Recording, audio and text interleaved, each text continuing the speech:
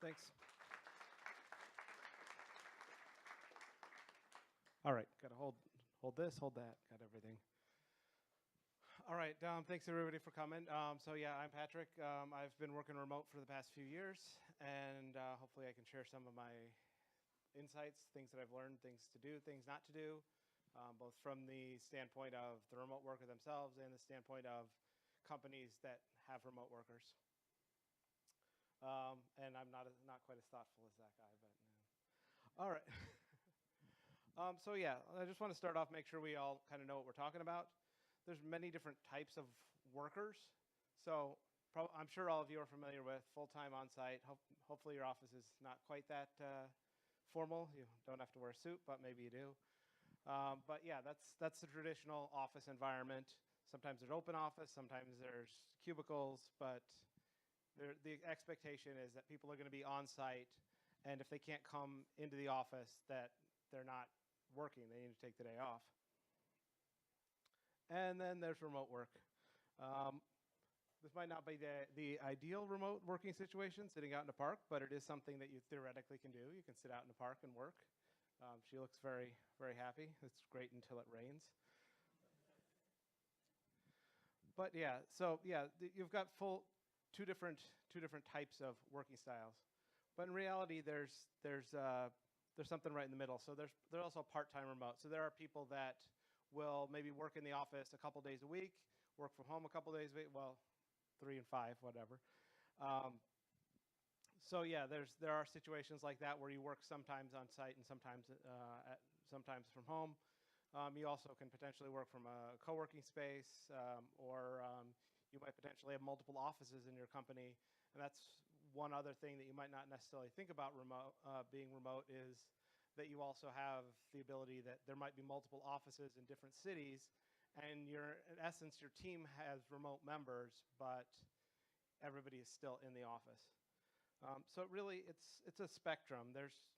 You can be anywhere on that spectrum, and employees may actually change from one type to the other. I've had colleagues in the past that, while they traditionally work in the office, they had to go make a trip or do something else, and so they might be working from home for a week or two. Well, probably not home, but working from someplace off-site for a week or two, even though they are an on-site employee most of the time. And things can come up. There might be on-site employees that they can't come in because their kid's sick. They have to stay home, but they just need to be there, but they can still get work done. So there's a lot of types of shifting that can happen there. There's also many different types of companies. So there's a traditional on-site company where everybody is in the same office.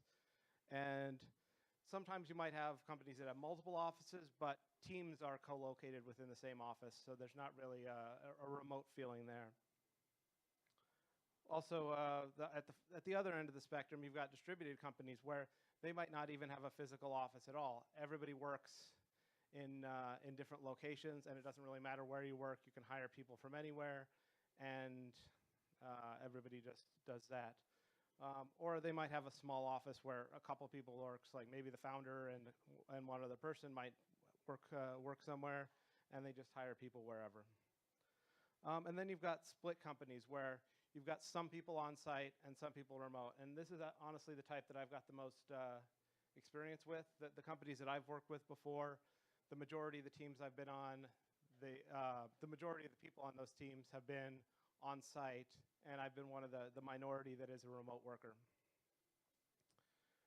And then, as I mentioned before, some people are on site but flexible. So that's something else to think about.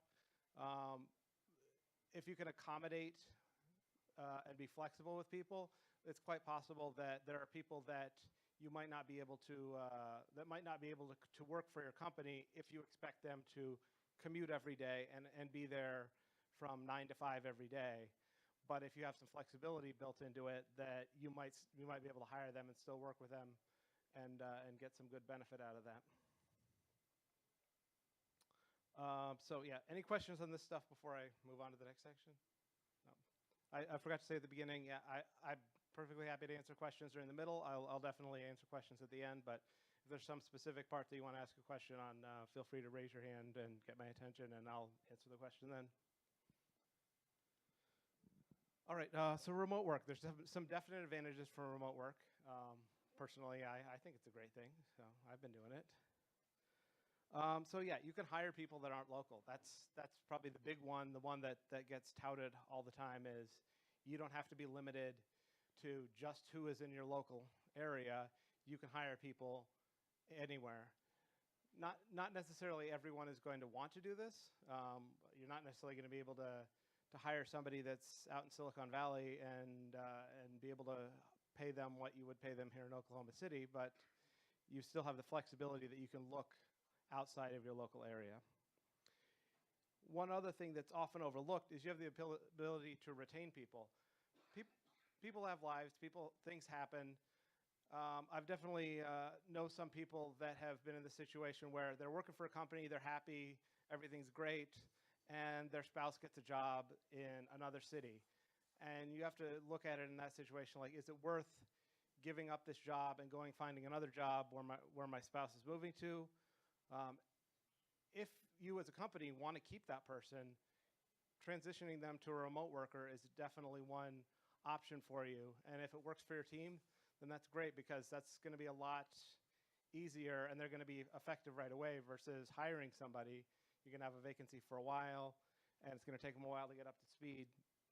So that's definitely one good option if you've got somebody that is in that situation where they're no longer able to come into the office every day. You can also save on commuting.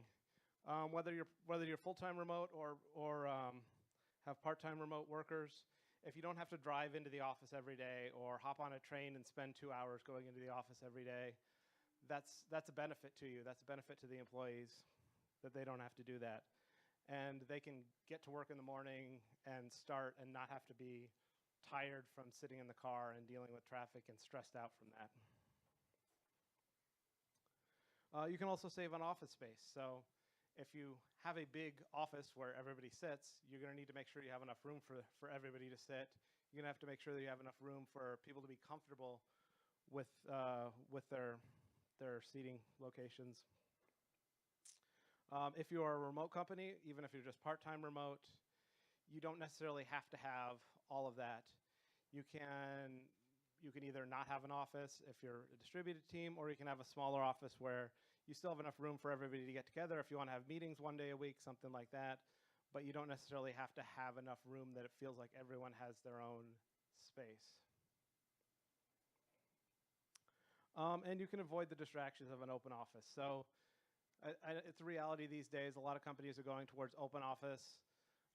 They say that it's for better collaboration. The judges are still out on whether that's actually helpful, but it is certainly something that companies are looking at. But there's a level of distraction that happens if you are close in proximity to your coworkers, if they're in your eye line. So being a remote worker, you can avoid that, and you can certainly be heads down coding. You don't have to put on your headphones to drown out the noise. You can be comfortable and get your work done. Gonna switch hands here. All right, so yeah, there's also some challenges to remote work. First off, you've got to invest in communication. And by invest, I mean not just that you're gonna have to spend money, but you've got to invest time and effort into making sure that communication works. So you need to make sure that you have effective ways that people can talk to each other. If people are sitting next to each other, that's easy. If people are in the same office and you can say, hey, let's all hop in the conference room and have a meeting on this, that's easy. You have to put a little more thought and effort into how you communicate. I'm going to go into a little more detail on that in a little bit later, but that's definitely the biggest hurdle to remote work is having effective communication systems. Onboarding in particular, when there's new people coming into the company or people transitioning people transferring from a different part of the company to your team, it can take some time for them to get up to speed. It's not something that you can't do remotely. You certainly can, but it's one area that level of communication is particularly critical to get them up to speed quickly and effectively. So onboarding can be a challenge. In some cases, companies will mitigate that by saying, hey, for your first week, we'll fly you out to the office if you have an office, and you can sit with the team and get up to speed there, and that can be effective. And there's definitely ways of dealing with that, but that's one option for you. Another challenge can be maintaining a sense of team. So if you sit with people, you see them every day, you chat with them by the water cooler, coffee machine, whatever, talk to them about their personal life, you feel kind of, I mean, some companies will say, hey, work is like a family. Well, I don't think it's like a family, but it is definitely a team. And getting to know those people is important. And if you don't see them face to face every day, that can be a challenge. I definitely recommend trying to get to know people and putting that effort in, but you've got to put that effort in if you're not just there with them and you're not running into them when you're going to get your next cup of coffee. Maintaining work-life balance, that can be a challenge. So when you're in an office, you leave, you get in your car or you get on a train and you go to work. When you're at home, you're at home. When you're at work, you're at work. And it's really easy to have those boundaries. When you work from home, it can be really difficult to maintain that boundary and to say, okay, I'm working now, I'm not working now. If you make sure that you have defined time, a defined routine, then that definitely helps. So for me, I get up in the morning, I get ready for the day, I get my kids ready, I get them on the school bus, and then I go to work. And I've got an office. I sit in the office at home and work there. And so I have a physical separation as well as a defined time where I'm working. Things can break down a little bit when you've got the kids come home from school and then there's kids in the house and sometimes they distract you. It can happen. The dogs come jump on me during a meeting. If you talk to my coworkers, they'll tell you how often the dogs come jump on me during a meeting. So that can be a little bit of a distraction. But it's something that you can certainly manage. The other thing that you need to make sure that you do is you need to make sure that your colleagues understand where your boundaries are. Like, these are the times that I'm working, these are the times that I'm not working, particularly if there's a time zone offset between you and your colleagues. You don't want to be in the situation where, hey, they're bugging you 2 hours after you got done with work about something. If it's critical, it's critical. But if they're just bugging you, if they're just pinging you then saying they need something because they don't realize that you're not working anymore at that point, then that's a problem. That's going to start to interfere with your life and start to break down those boundaries. You've also got a completely different kind of distraction at home or wherever you're working.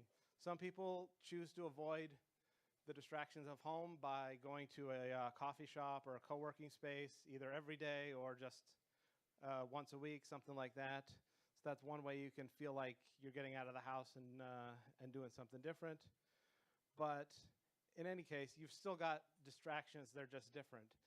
And some of those distractions can be, rather than external distractions, someone distracting you, it can be internal distractions. So when you're at work, if somebody sends you a link to a funny YouTube video, you might just say, okay, well, I can't watch that now because if my boss walks up and sees that I'm watching YouTube videos, I'm going to be embarrassed, he's going to be mad at me. If you work at home, there's not anyone looking over your shoulder. So it's real easy to say, oh, well, I can watch that YouTube video, and oh, that next one looks funny too. And it's real easy to get into to get yourself into bad habits. So you have to make sure that you are aware of that and being careful about that so that you're not distracting yourself from getting work done. All right, so there's some requirements, certainly, to get remote working done correctly. So reliable internet, that's the obvious, easy one. You got to make sure that at home you do have reliable internet. In most homes these days, people that are working in tech probably have broadband internet at home. But you might also want to consider, like, okay, if where you live, your internet goes out on a regular basis, and like once a week you're going to be out for 20, 30 minutes, and that happens on a regular basis, come up with a backup plan. Either see if your cell phone will support tethering so you can work that way. It's not ideal, but it's certainly something you can do for a short run. Or come up with a plan like, okay, well, I can go and work at the library if my internet's out today, or work from a coffee shop. So just planning for that and making sure that what you have is reliable enough. If you have issues like with your power blips off and then you've got to wait 5 minutes for all your network stuff to reboot, get a UPS or something else like that to make sure that you're ready for that. I've been lucky that everything mostly works, except when we had a backhoe come and cut the internet line because they did not mark it correctly. So yeah, that was fun. I had to go over to a relative's house and work there for a couple days till they were able to come and put in our new cable line. All right, you need effective written communication. So some of this there's several different kinds of written communication, and some of this you certainly have anyways, probably, but it's a lot more critical that you have it and that you use it effectively. So first type I would call messaging. Slack is the most common thing, Slack, IRC, things like that. So where you have a real-time communication with people. And so you have to have that, and you have to make sure that people are actually using it. One challenge that I have had, usually the team that I'm on, a team of tech people, is pretty good about, hey, they're on Slack, and they're responsive on Slack. But if you're in a company where most of the people in the company are sitting in the same office, it can be a challenge to try to communicate with the HR person or the payroll person. And sometimes their preferred method of communication is, hey, just stop by my cubicle. Well, that doesn't work if you're not in the same office. So making sure that messaging system works and is bought into by all the people you need to interact with, that's an important thing. Also email, that's definitely good for longer, more detailed stuff, things you want to send out to a lot of people. I'm sure you guys all know what email is and what it's good for. But making sure that you use that effectively and document decisions that happen is very important. And then other tools, depending on your situation. So like an issue tracker like Jira, Confluence to document things that have happened and make sure you can go back and reference that later. Some companies use Google Docs to be able to share things with other people. So just having those tools in place and used by everybody is a critical part of it. All right, yeah, this is what most people think about when you talk about remote audio-visual communication. So you got to have that ability to have video chat, have audio chat with people. It's very important. So most important thing to start with, you got to invest in good equipment. So on the side of the people that are in the office, if there is an office, you got to make sure that you have good microphones. You got to make sure that you have a projector or a TV that's up there. You got to make sure you have a webcam so that you can see, and you've got to make sure that that all that stuff's set up properly. On the developer side, depending on where you're at, you probably need to have, on I should say the remote worker side, you need to make sure that you have good equipment there. If you have a laptop, you probably already have a webcam, that's taken care of. You might need to have good headphones or headset with microphone to make sure that you can hear people. Your colleagues in the office probably also do need a headset, because if you want to have a one-on-one conversation with them, it can be rough if you have to say, okay, well, I have to go find a conference room to be able to do that. If they're set up to be able to do that as well, it's very important. Also important, the headset, I can't emphasize enough. It's really tough to have a conversation with people that are in an open office when all you're hearing is all the background noise. That's a major challenge for you. In terms of software, there's several different options. Google Hangouts works well. Skype works reasonably well. But you also need to think about are there situations where, rather than a collaborative meeting where everybody should just jump on Google Hangouts, are there presentation style meetings? So in my company, we have 2-week sprints. At the end of each sprint, there's a demo, and we have people presenting. For things like that, we've gone with something called Ustream. It's probably very similar to what's being used to send this out today. And it's a lot more of like a one-way presentation thing, and it's much more focused on the person that's presenting gets seen by everybody, and there might be some Q&A at the end, but it's a little bit different use case than having everybody jump on Hangouts. So once you got this stuff, once you figured out what you're doing, make sure that you spend the time and effort getting it to work right. So if you buy microphones and webcams for the conference rooms, get in there, make sure that they are working right, test them out, say, hey, can I call you up so we can test this out and make sure that it works correctly? And then make sure that whoever's on IT support at your office is familiar with this and knows how it works, so when the thing stops working in the middle of a meeting, you can go get somebody and get it fixed. Or make sure there's directions so that people that are using it in the office know how to use it correctly. And then last but not least on this communication part is make sure the expectations are known. As I had mentioned earlier, it can be tough to feel connected to your coworkers if you don't see them face to face. Personally, I prefer to leave my webcam on when I'm talking to people on the team most of the time, so that they can see my face, they can read the expression on my face, hopefully. But I know there's some people on my team that prefer not to have their webcams on. If you're the boss of the team, you can set the standard and you can say, I'd really prefer that everybody has their webcams on so we can see what's going on, so we can see your faces. Just make sure that that expectation is known. Other good expectation thing is, if you're not talking, it's generally a good idea to mute your microphone. Depending on where you're at, like if you're sitting at home in your home office and it's quiet, it's no big deal. But if you're sitting somewhere where there's noise, it can be really distracting to the other people that your audio is coming across even though you're not talking. So just kind of make sure that everybody knows what's expected on these meetings. All right, so remote's a culture. It can be very tough to be a remote worker if the culture of the company is very much focused on on-site. If the company is focused on, hey, we're going to have free lunches, and the remote workers don't get the free lunches, that can be alienating. If the company says, hey, we've got free T-shirts to celebrate the launch of such and such a thing, send the T-shirts to the people that aren't in the office. My team at work has gotten a lot better at that. It's nice when they get the T-shirts out ahead of time. I got this lovely T-shirt from one of our company hackathons a while back. So, making sure that those things get out to the remote people in a timely fashion is definitely helpful. If one person is remote, you should work like everyone is remote. So if you're having a conversation,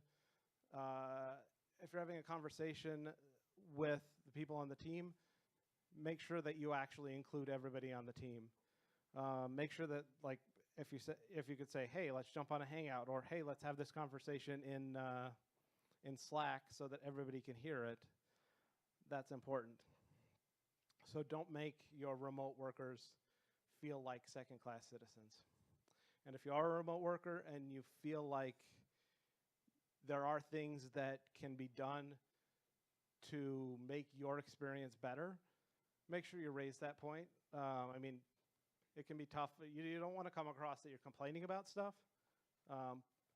But when you have a meeting with your boss and you talk to your boss about stuff, that could be some feedback that you can provide is, hey, there are some things that I think we could do a little bit better, and it would really help me be a more effective employee if we make these changes. So yeah, remote's not for everybody, and it's not for every company. If you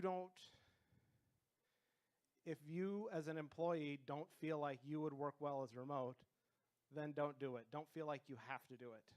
There are some people that I know that are really smart people, really talented people, that I know I'm never going to get to work with them even though I would want to, because they live in another city and they're not interested in working with a remote team. And so, yeah, I know I can't work with them. And it's unfortunate, but yeah.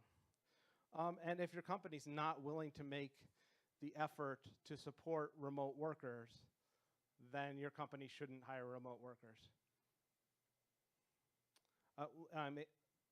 That being said, I think that there's a lot of companies that don't even want to make the effort to find out what's involved in having remote workers.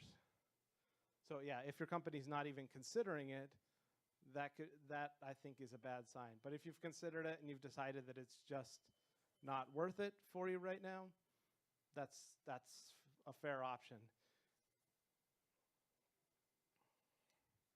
All right, so yeah, let's talk about effective communication. So as I mentioned before, written communication is really important to make sure that you have things documented and that people can get the information. But written communication lacks emotional cues. So when I talk to somebody face to face, they can see the expression on my face. They can tell, is he angry? Is he joking? What's going on there? If you're writing something, you don't have that. So yes, be explicit and factual with your communication. So I'm not going to say don't make jokes, but if you have a serious point that you want to make sure that you have facts in there and don't just throw it out as a flippant opinion or throw it out as a joke. Make sure that you specifically say what you mean to say. So there's always going to be times where there's going to be miscommunication. If there is miscommunication, try to give others the benefit of the doubt. So if you see something and you're like, oh, I can't believe that person said that. How could they possibly say that? Why are they pointing the finger at me and blaming me for this thing? Step back, breathe, look at it again, think about, okay, is the way that I'm reading it the way that they meant it? Is there another possible way that they could have meant it that wasn't the way that's making me feel attacked? And if there is another way, try to give them that benefit of the doubt. If you're still not sure, clarify. Ask them. Say, wait a second, what do you mean by that? What are you really saying here? And try to make sure that you actually understand what's going on and don't get tripped up with your first impression of what they're saying. So yeah, I mean, I guess what I would say is make sure you should be, in the things that you say, you should try to make sure that the worst possible way that they could interpret it is still positive and is still what you mean. But when you read something that someone else says, you should read that as the best possible interpretation of what they actually wrote or said. So use audio-visual as necessary. So if you need to clarify, that's definitely a good way to clarify. I say like, okay, hold up. I think we're getting a little bit mixed up here. Can we just hop on a hangout and discuss this and make sure that we're on the same page? There's a couple situations where audio-visual is better, is a good option. So if you're talking through ideas, you're brainstorming, trying to figure out what do we want to do. A lot of people brainstorm verbally, and so that can be a really good opportunity. Like, hey, let's hop on a hangout, or let's schedule a meeting for this, and we'll talk it through, and then we'll come up with some ideas here. If you're trying to show things visually, so if you're trying to demo something, or if you're trying to whiteboard out like this is the design that we want, that can be really difficult to do just by talking about it. If you need to even just do a screenshot, that's a quick, easy thing. If you need to say, hey, let's hop on a hangout, I'll share my screen, I'll show you what's happening here, I'll show you this bug that I found, so that you can understand what's happening. Because when you wrote this code in the first place, like obviously the way that you tested it just didn't uncover this edge case. So I just want to make sure that you understand it. That's one definite good time that hopping on a hangout would help. And then to maintain team bonds. So one thing that my team does, which is sometimes sometimes effective, sometimes not effective in terms of the stated portion of it. So we have a team stand-up that's every morning, and so everybody connects into the Hangout, and we talk about what we've done.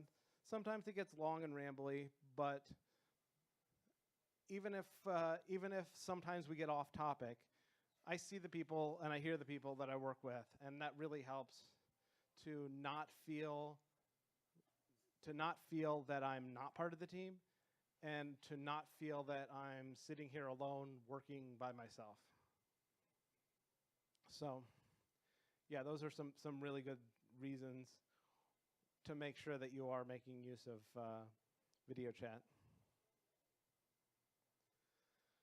Okay, so yeah, first off, to make remote work for you. If you are the remote worker, got some good tips here, good advice. First off, be proactive, be a self-starter. If you are someone who struggles with this, then that would be a sign that maybe remote work is not the best option for you. Not necessarily saying that you shouldn't do remote work, but it's definitely something you should be aware of. So as a remote worker, it is particularly important that when you look at something and you say, oh, well, there's some issues that I don't quite completely understand, you don't just go ahead at that point and say, oh, I'm going to work on this and I'll ask the questions later. Or I'm going to work on this and then once I'm done, we'll figure out whether I completely understood it. Be proactive, ask the questions, make sure that you get stuff clarified, and that everything is clear ahead of time. I'm not saying you couldn't start on the work there, but at least ask the questions, and then hopefully by the time you get to the point where you need those questions answered, you'll have those answers for you. Also be a self-starter, so make sure that if you do have something that comes up that you need an answer to a question, if that answer is not immediately available, make sure that you're doing something else. Maybe you have another ticket that you're going to work on next. Take a look at that. Make sure that there's no unanswered questions on that you need to get handled. If there's some emails that you needed to get back and finish up on, just make sure you keep moving ahead on something productive. It can be a challenge. Being remote, there's definitely situations where you are working asynchronously with your colleagues. Certainly if there's a time zone difference, that can be a big reason. Like if, hey, they all left for the day, you're not going to be able to get a hold of them. But even if you are all working at the same time, if they get sidetracked by something, or hey, somebody in the office is having cake for a birthday or something like that, you don't know that necessarily. You can't know that they've gone and we'll be back in a few minutes. So yeah, just make sure that you're always ready to move forward on something productive. Set clear boundaries. So set clear boundaries for yourself. Tell yourself, hey, I'm at work. I'm not going to just take off during this time and go play Xbox. If you want to go play Xbox during the middle of the day, do that during your lunch, whatever, that's fine. Just make sure you set your boundaries that when you're working, and then conversely, when you're done working, that you're done working. If something breaks in the middle of the night, you get paged, whatever, then yeah, that's regardless of whether you work from home or not, you got to deal with that. But try to set your boundaries and stick to them other than extraordinary circumstances. Hello, Siri. Thanks for joining us. Yeah, Siri knows about remote work, so yeah. All right. Yeah, so use on-site or retreat time effectively. So some companies, they'll fly you out like either for the first week or like maybe once a quarter or whenever. You can go on site and actually sit and talk with your colleagues.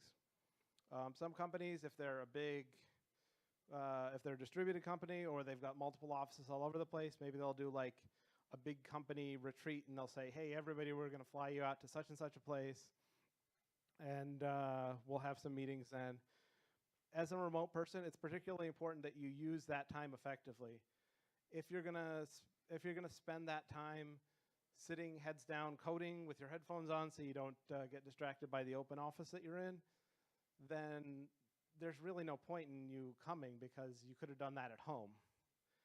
So I'm not saying don't code during that time, but make sure you understand that the purpose of me coming is so that we can have so that it's easier, so we can have this planning meeting for this thing that we're about to build, or so that I can talk to the people that we're building our application for, and make sure that we're on the same page and have some, pardon the pun, FaceTime with them to make sure that you're on the same page. And like take advantage of, hey, I'm having lunch in the office, so I can talk to some people that I don't usually talk to. I have to say, like one of the best opportunities I've had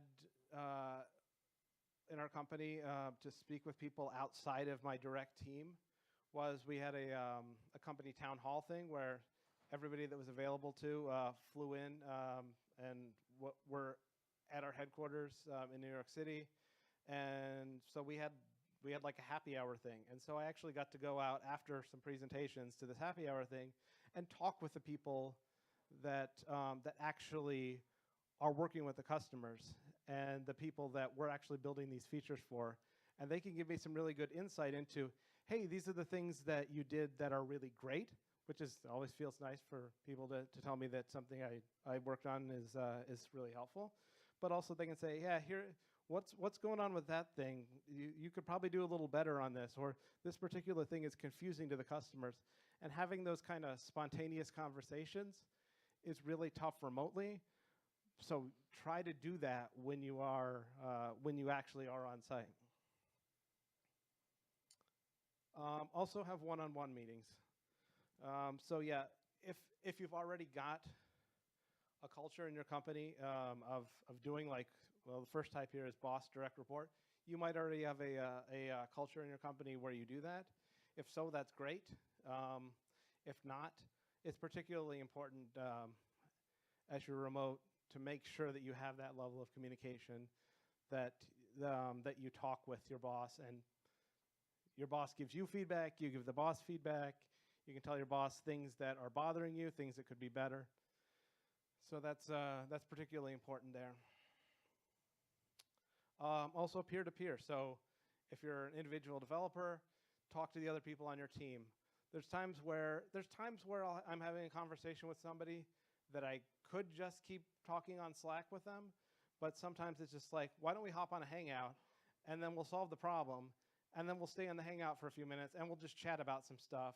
And that's really nice to actually talk to people and feel like, hey, that's another human that I'm interacting with. And that's some of the stuff that you miss when you're not in the office.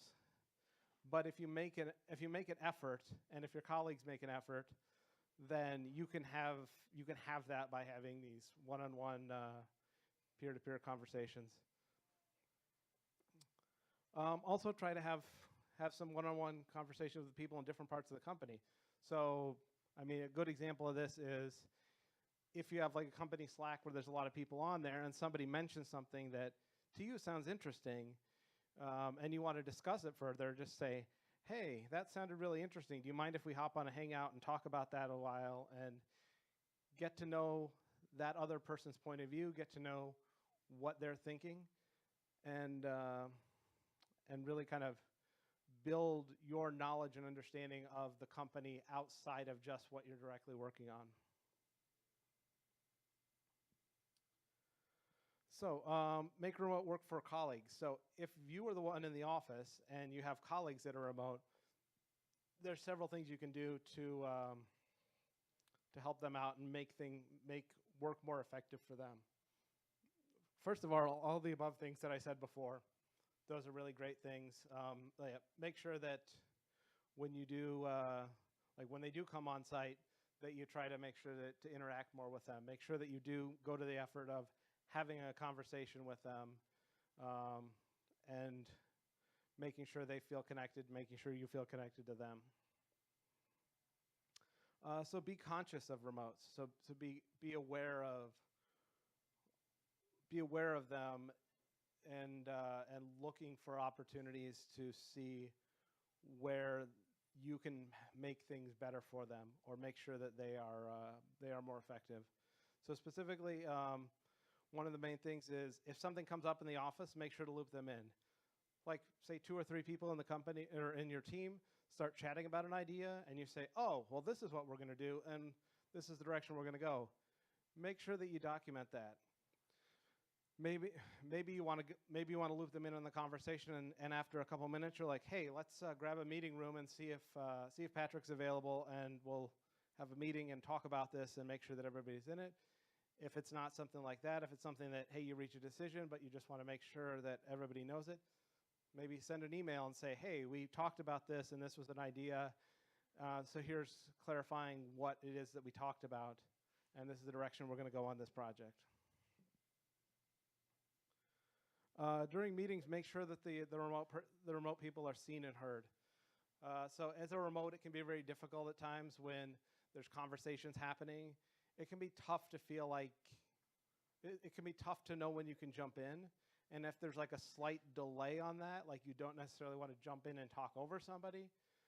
So as somebody in the office, you can kind of pay attention. I mean, if you've got their little picture in the corner of the screen, and you notice, hey, they're making a face when somebody says that thing, you could say, hey, Patrick, I saw you made a face when you don't even have to call them out on that. Say, hey, Patrick, what are your thoughts on this? Just to make sure that they're being seen and heard. Or if they're just quiet, then just say, hey, what are you thinking on this? Because maybe they have some thoughts, but they just didn't want to share them, didn't feel comfortable sharing them. So I think that's definitely very helpful for remote workers. Also, if they're waving that they have something to say, then that's good too. Also, if you're sitting in the meeting and you start getting pinged on your phone, and you realize, oh, it's my colleague saying, hey, the audio doesn't work and nobody's paying attention to me, so I can't see what's happening in the meeting, then yeah, that's something you should definitely address. Which jumps onto this. If the tech breaks down, don't abandon the remote people. This has happened to me before. It's really frustrating when you're partway through a meeting, you're a couple minutes in, and stuff breaks, and they try to fix it, and then after like 5 minutes, they're like, yeah, we can't get this working, so I guess we'll just fill in the remote people later.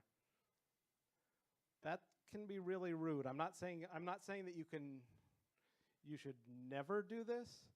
If it's a question of, hey, the whole team is meeting with our stakeholders or our clients or our customers, yeah, you don't really want to reschedule that. But you should at least acknowledge, like, say, sorry, we're not able to get this working. And most likely the person's going to say, that's okay, just fill me in on it later. But at least acknowledging the fact that we really don't want to leave you behind on this. Make sure they receive credit for their accomplishments. So a lot of times remote people can feel like they're kind of out of sight, out of mind. If you and if a remote person and an on-site person build a project together and it's great and it gets rolled out, the other people in the company see the person in the office, and maybe they see the person in the office demoing this thing. That would be an opportunity for that person when they're demoing this thing to say, hey, I'm glad you guys like this.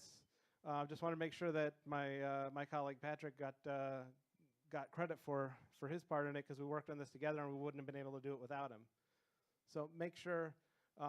This is also particularly important if you're a boss, if there's people working for you, regardless of whether they're on site or not. Make sure that when you go into that staff meeting and tell everybody else what your team has accomplished, make sure that your team gets credit for that, and it doesn't come across that you're just taking credit for it. Last but not least, if you're somebody in the office, particularly a boss is a particularly good use case for this, is make a point of working remote sometimes. So if Yeah, if you're the boss and you've never worked remote, you should probably say, hey, I'm going to be working from home this day, and whether you say it's for a particular reason or not, just make the fact that, like, okay, well, every once in a while I'm going to work from home, so then I can see what it's like. And I wouldn't say, like, don't do it on a day of a super important meeting, but also don't do it on a day where you have no meetings at all, because then you're not going to get that experience. So just see what it's like. You realize things like, oh, as a remote, it's hard to know when I can talk in a meeting because there's a little bit of a delay there. Or I can't tell who's talking because I can't see the faces around the meeting room close enough. And that's not somebody and if that's not somebody you already know if that's not somebody you know that well, it can be really hard to tell who that person is, that little blob that's a few pixels high. So yeah, that's just about it, and it looks like I'm gone pretty good on time. So yeah, just put my info up here. As I mentioned before, yeah, I'm Patrick. I work at Shutterstock, and I mostly do PHP, but I'm doing more Node and front-end JS now. And I'm going to put my slides up there on my GitHub in a little while, and I'll tweet out the link to that once that's done too. So yeah, that's just about it. Questions? Yes. Yes. Have I done remote pairing? A little bit. I wouldn't say I've done like intensely pairing, in terms of like usually. I mean, Google Hangouts works pretty well in terms of if one person shares, if the person that's driving shares, then the other person can definitely, yeah, you can have communication there. That works pretty well. One thing I've tried a little bit, which is something that one of the other teams, I'm trying to think of what it was. I think one of the other teams that I work with, they're a lot more command line driven, because what I work on is more of a web app, and they were working more on the back end services. I think they were using like tmux sessions, and it's been a while, so I don't remember all the details. But they basically had it in a situation where either person could type, and they could link into the same thing, and then you could take turns driving, and that certainly worked pretty well, except for the fact that I usually use an IDE for my development, so it was a little bit of a challenge there, a challenge for my limited use of Vim and being able to edit stuff that way, but it worked pretty well.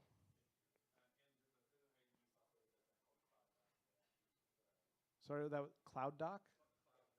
Oh, Cloud9. Okay, Cloud9 IDE that lets you share, yeah. Okay. Yes.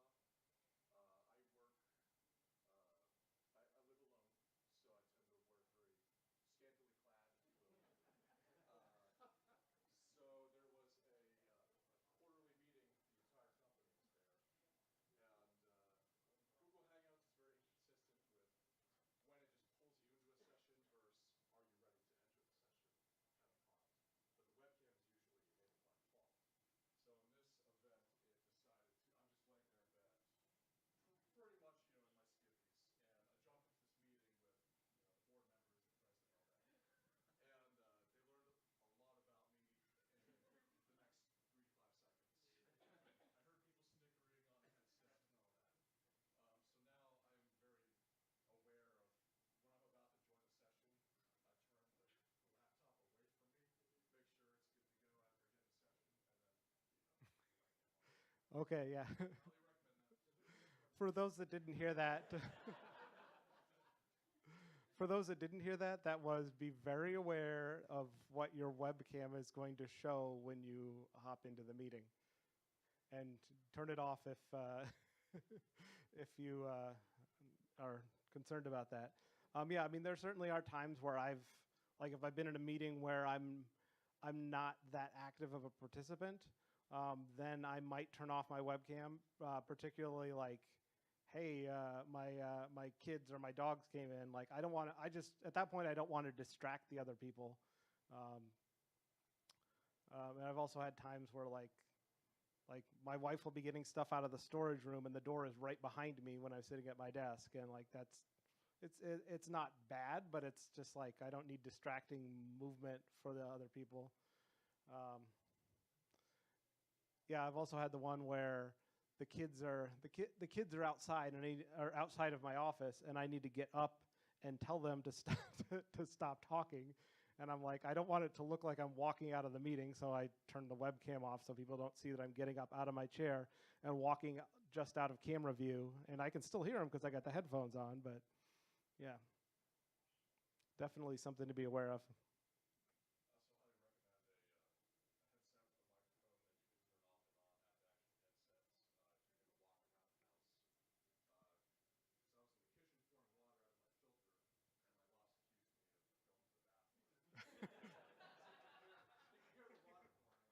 Wow.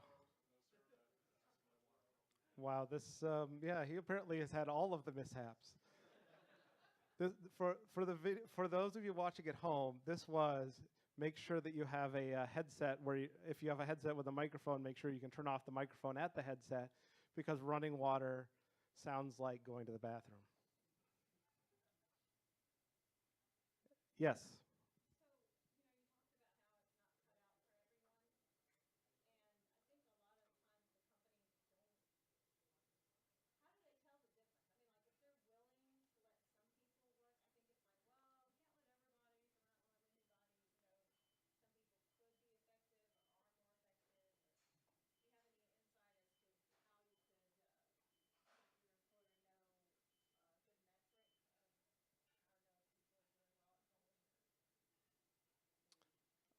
Okay, yeah. So the question was, how do you know that someone can be effective working from home, and how can a company know that somebody will be effective working from home? It's hard to say. Yeah, I don't know a good answer for that. I mean, if they have worked from home in the past, that's a good indicator. Um, so yeah, that was definitely a challenge for me when I was applying for my first remote jobs. Is that at that point my only experience working from home was the company said you can work from home, but a maximum of 1 day a month, and that was so little that it's hard to even get used to that. That was so much that working from home was a distraction because it was so different from working in the office. So, yeah.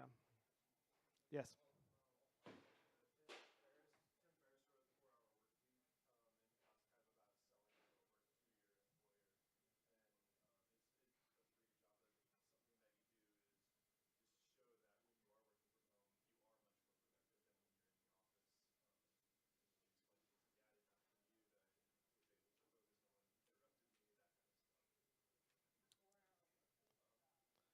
Yeah, there was a Tim Ferriss 4 Hour Work Week apparently has a section that addresses this and how to sell your employer on letting you work from home. And I think we're almost out of time here. Should we wrap it up? All right, we're wrapping it up. But if anybody has any more questions, feel free to come up or hit me up on Twitter. And apparently I have a meeting that's starting soon. Hey, thanks.